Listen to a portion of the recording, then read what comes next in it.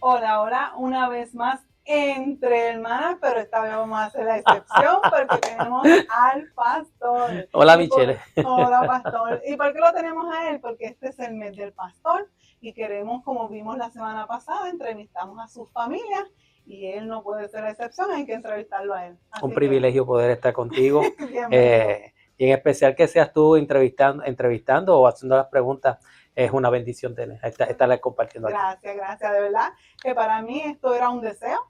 Yo lo deseaba hacer y fue una inquietud que le traje a Dalma y le dije, yo quiero entrevistar al pastor. Así que vamos a empezar por el versículo clave. Y el versículo clave nos dice hoy en Hechos 20:28, en la nueva traducción viviente, entonces cuídense a sí mismos y cuiden al pueblo de Dios. Alimenten y pastoreen al rebaño de Dios.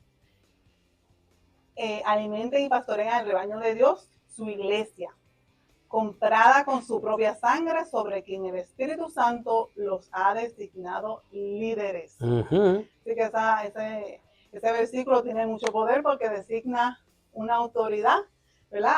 Una responsabilidad, podría decir, Ujú. sobre los pastores y Y los bien líderes. interesante la nueva traducción viviente, porque por lo general siempre estamos usando la Reina Valera del 60, pero Uh-huh. últimamente me estoy inclinando a esa traducción por la claridad con lo que lo expresa, y para nosotros específicamente los latinos que utilizamos mucho este tipo de palabras, nos Correcto, sí. hace comprender mucho mejor lo que es la voluntad de Dios para nosotros. Amén, amén. ¿Sí? Y dando lugar a este versículo, vamos a empezar la entrevista porque hoy lo vamos a entrevistar. Ay, santo. Vamos a empezar con su vida personal y su liderazgo.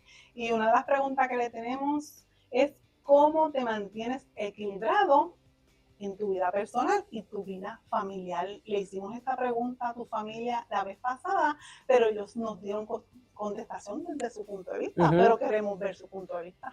Hacer un balance en la vida pastoral, y creo que muchos pastores pueden estar de acuerdo con este pensamiento.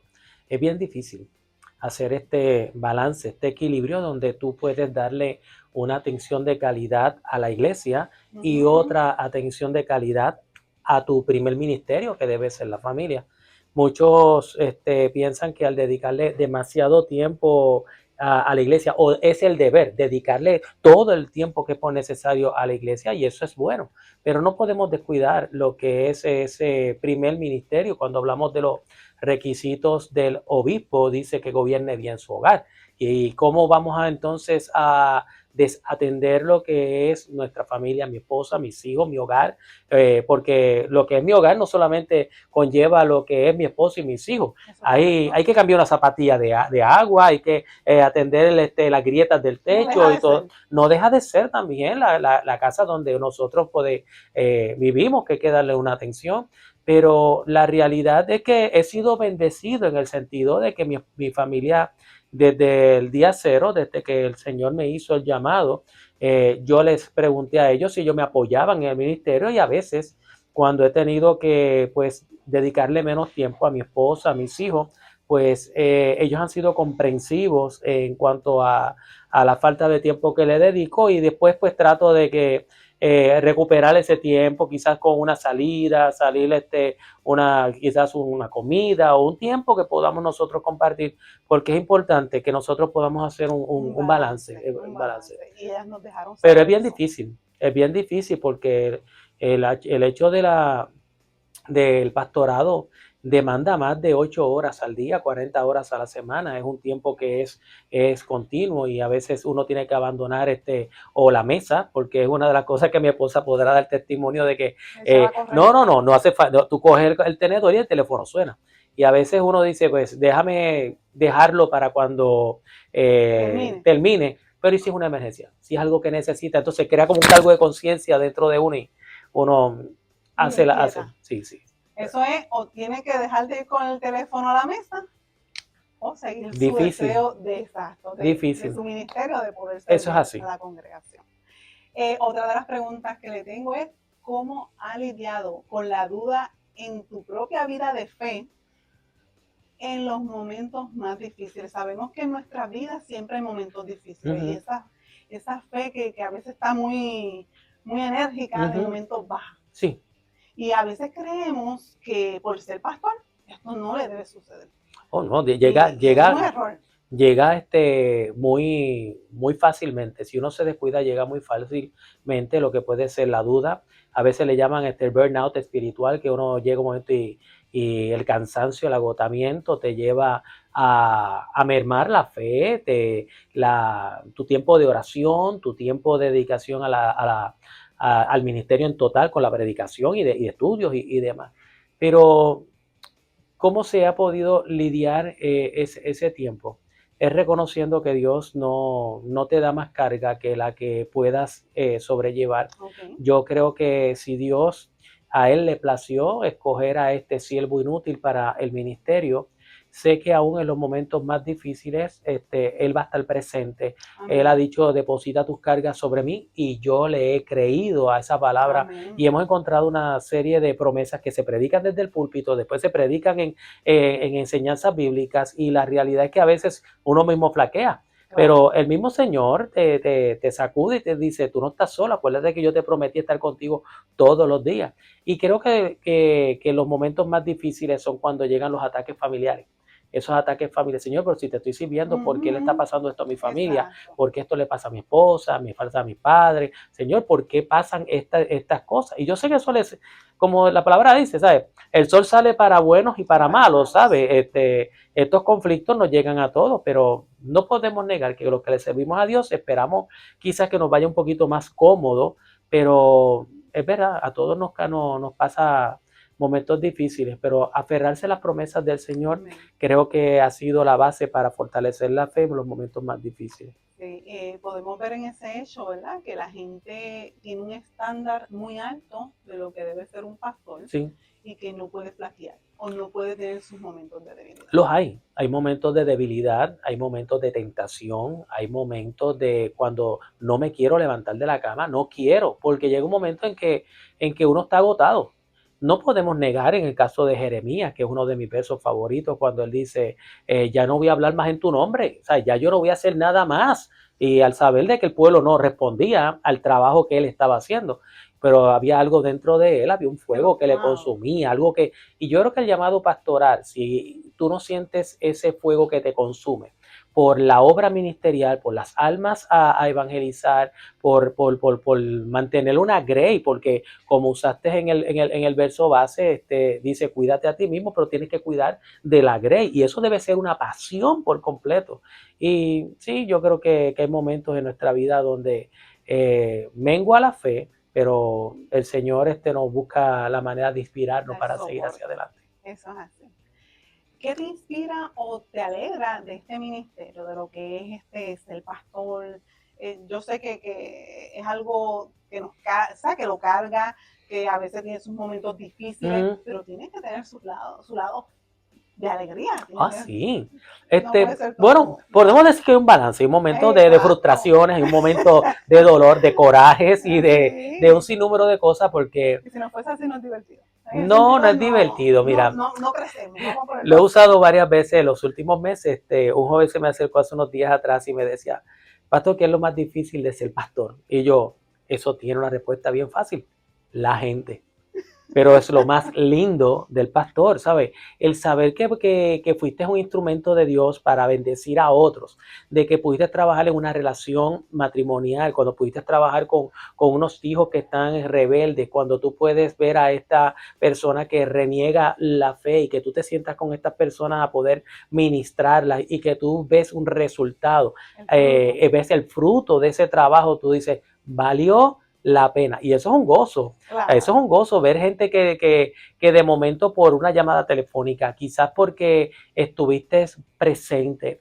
Hace unos días atrás salí a cenar con un pastor misionero y estaba hablando con una persona que llegó allí de momento y me dice, quiero decirte algo, pastor. No estaba en la mesa, pero llegó allí y me decía, mi mamá sacó un montón de fotos y los puso en la mesa y me dice, yo no sé si tú te has dado cuenta, pero en cada etapa importante de nuestras vidas, tu pastor, porque ellos no son parte de esta iglesia, ella visita aquí esporádicamente y la señora tiene su propia Grace, su propia iglesia, exacto, y ella le dice, si tú no te has dado cuenta, tu pastor, haciendo referencia a mí, ha estado presente en todos los momentos importantes de nuestra vida. Oh, wow. Y eso a mí me llenó de satisfacción, me llenó de alegría, de que saber de que he podido poner un granito de arena en la vida de personas que ni aún son miembros de esta iglesia, no son de mi rebaño, y que podamos ver que son agradecidos. Eso es parte de una alegría que Esa es nos la puede ver. recompensa que Sí, Dios le ha dado yo creo que en sí. ese hecho, de Sí. alegra. Y saber que una alma perdida, esta es la mejor de todas, Ajá. ¿sabes? Una alma perdida que vivía sin fe y sin esperanza, Dios te haya dado el privilegio, la bendición, el honor, la gracia de poder llevarlo a los pies de Cristo y que tú puedas decir a esa persona, la engendré. ¡Wow! ¡Qué alegría! Eso son Y las que cosas. venga, exacto. Yo creo que esa debe ser la mayor. Sí, Debe ser la mayor definitivamente. porque el verlo llegar y dar frutos en la eventualidad debe ser la alegría. Debe ser De así. un trabajo enviado y completado. Hace un tiempo atrás, y yo sé que estas son cosas que se añaden dentro de lo que es el podcast, pero hace un tiempo atrás llegó un joven aquí, y se me quedaba mirando, yo lo vi con chaqueta, lo vi, y yo dije, este hombre viene como con pinta de pastor, y cuando se acabó todo me dice, ¿usted se acuerda de mí? Yo, wow, no me acuerdo de ti. Cuando yo estaba en la escuela superior, usted iba todos los martes a la 1 de la tarde con una caja de pizza, con su Biblia y con su estudio, a ministrar nuestro grupo. Yo me perdí un cierto tiempo, pero nunca me olvido de las palabras que usted me dijo y eso me llevó a rendirme a los pies de Cristo y hoy día le sirvo a Cristo. Ese día yo iba por ahí como si me hubiesen dado el mejor regalo del mundo. O sea, que todavía con el pasar del tiempo uno pueda decir, todavía hay gente que se acuerda del trabajo que hemos hecho y eso es una gran satisfacción. ¿No? Y ahí se cumple lo que dice que la semilla, ¿verdad? A nosotros nos toca simplemente...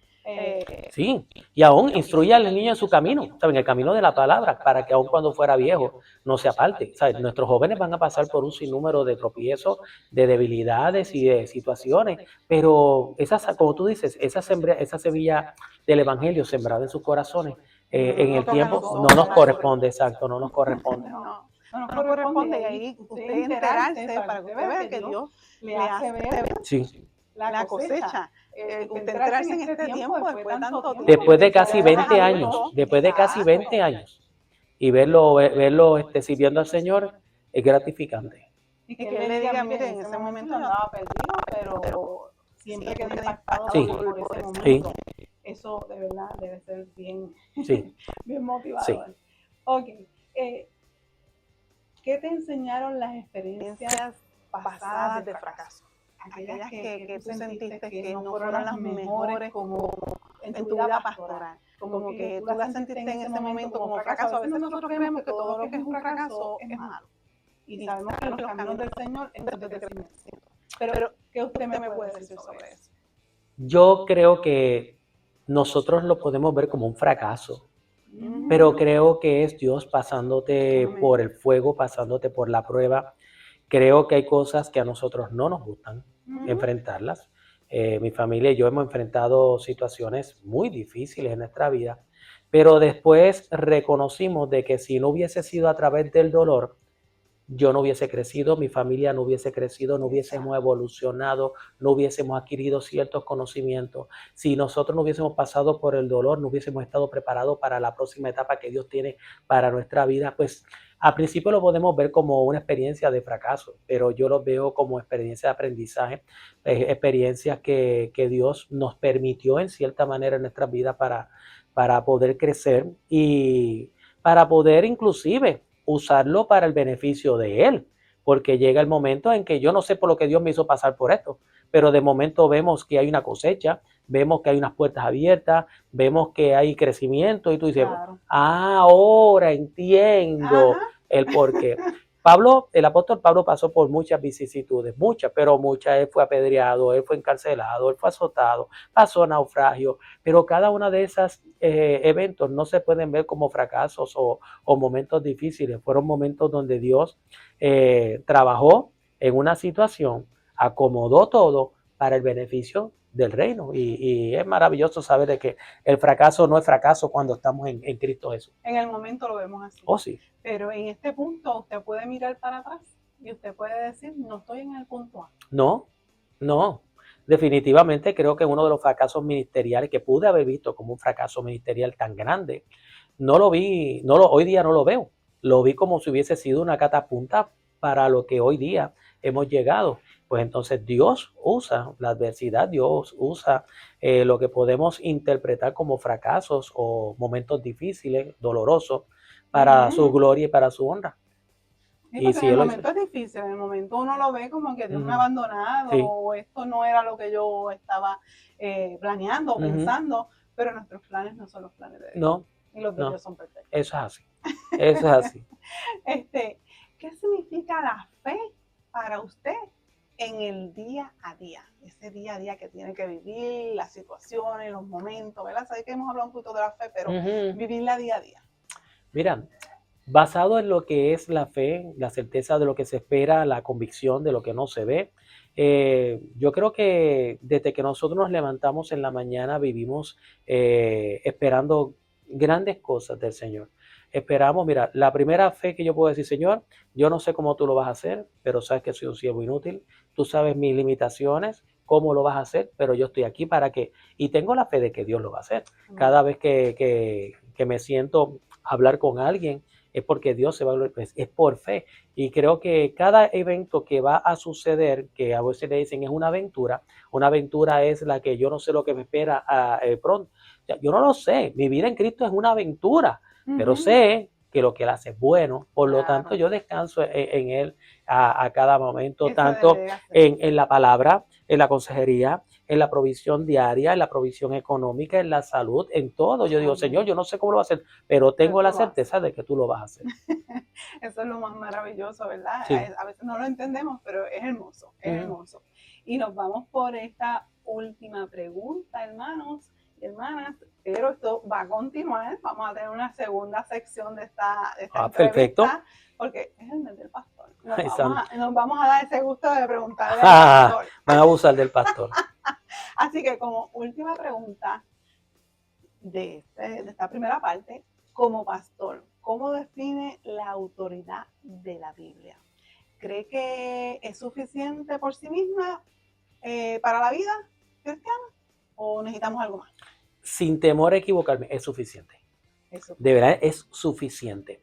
Tenemos diferentes denominaciones que tienen libros de referencia, pero lo triste del caso es que siendo libros de referencia lo tienen como libros primarios. Y yo creo que para el cristiano la palabra de Dios es suficiente, es inerrante, es infalible, no cambia Amén. de tiempo. Es interesante que ese compendio de 66 libros, vemos que son diferentes autores de diferentes épocas, de diferentes nacionalidades, en una diferencia de tiempo en tiempo y cómo cada una de esas palabras se entrelaza para poder Ujú. ministrar la vida. Y wow, hoy día la palabra de Dios debe ser lo único y necesario que debe tener el creyente. No podemos negar de que hay libros como comentaristas bíblicos que nos ayudan a comprender profundidades que no podemos entender a simple vista o simple Exacto. lectura, y eso nos ayudan a poder, y Dios ha levantado a hombres y a mujeres con conocimiento para poder interpretarla y ayudarnos a entenderla. Pero ¿qué necesitamos nosotros para nuestro diario vivir y para poder tener una comunión con Con Dios Dios. plena? Es la palabra de Dios. Amén. Si yo tengo Amén. la palabra de Dios, lo tengo todo porque es, mira, es tan perfecta porque es palabra de Dios y Dios es perfecto. O sea, Él no se equivoca con lo que dice, es importante. Queremos consejería para un matrimonio, busca la palabra de Dios. Amén. Queremos consejería para finanzas, coge la palabra de Dios. Sí, lo dice. Queremos nuestro diario vivir, qué vamos a vestir, qué pensemos, todo va girado en la palabra de Dios y de Dios. No debe haber en la vida de un verdadero cristiano nacido de nuevo, como dice el hermano Tomás, que tenga que usar otros libros de referencia. Creo que es la palabra de Dios basta, Exacto. basta. Ella misma dice, toda la escritura es inspirada por Dios, que es útil para enseñar, para redarguir, para corregir, para instruir en justicia, a fin de Amén. que el hombre de Dios sea enteramente perfecto, preparado para toda buena obra. Pues no necesito nada más. Es bueno eso que acaba de decir, que a veces utilizamos libros de referencia, pero esos libros tienen que estar basados en la Biblia. Por supuesto. Tienen que estar basados en la Biblia y que el contenido que usted vaya leyendo, ¿verdad? Bien importante para los Sí, que nos están viendo, que esté, eh, ¿cómo le podemos decir? Sujetados de la Biblia. sí, y Que, filtrado lo que se lee, debe ser filtrado a través de la Sagrada Escritura. Yo conozco personas que tienen su devocional diario a base de otros comentaristas bíblicos o escritores, y yo no digo que leer otros autores eso sea malo, pero Ujú. yo creo que cuando tú sustituyes lo que es un libro de devocional, lo que es un libro de caminar diario, un libro X, por no seguir mencionando algunos, por lo que debe ser tu tiempo de lectura bíblica, estás cometiendo un error. No puedes aferrarte. Puedes usarlo, sí, pero que tú sustituyas, eso ya yo La creo que Biblia. raya en lo que debe ser desagradable para Dios. Así es. Y hermano, por el día de hoy vamos a terminar nuestra primera parte de la Primera parte. entrevista pastoral, así que lo vea porque va a venir una segunda parte y va a estar tan interesante como esta. Así Esperemos que sea que de bendición. gracias por darme esta oportunidad y lo A veré para ustedes. la próxima. Dios lo Que bendiga. Dios les bendiga.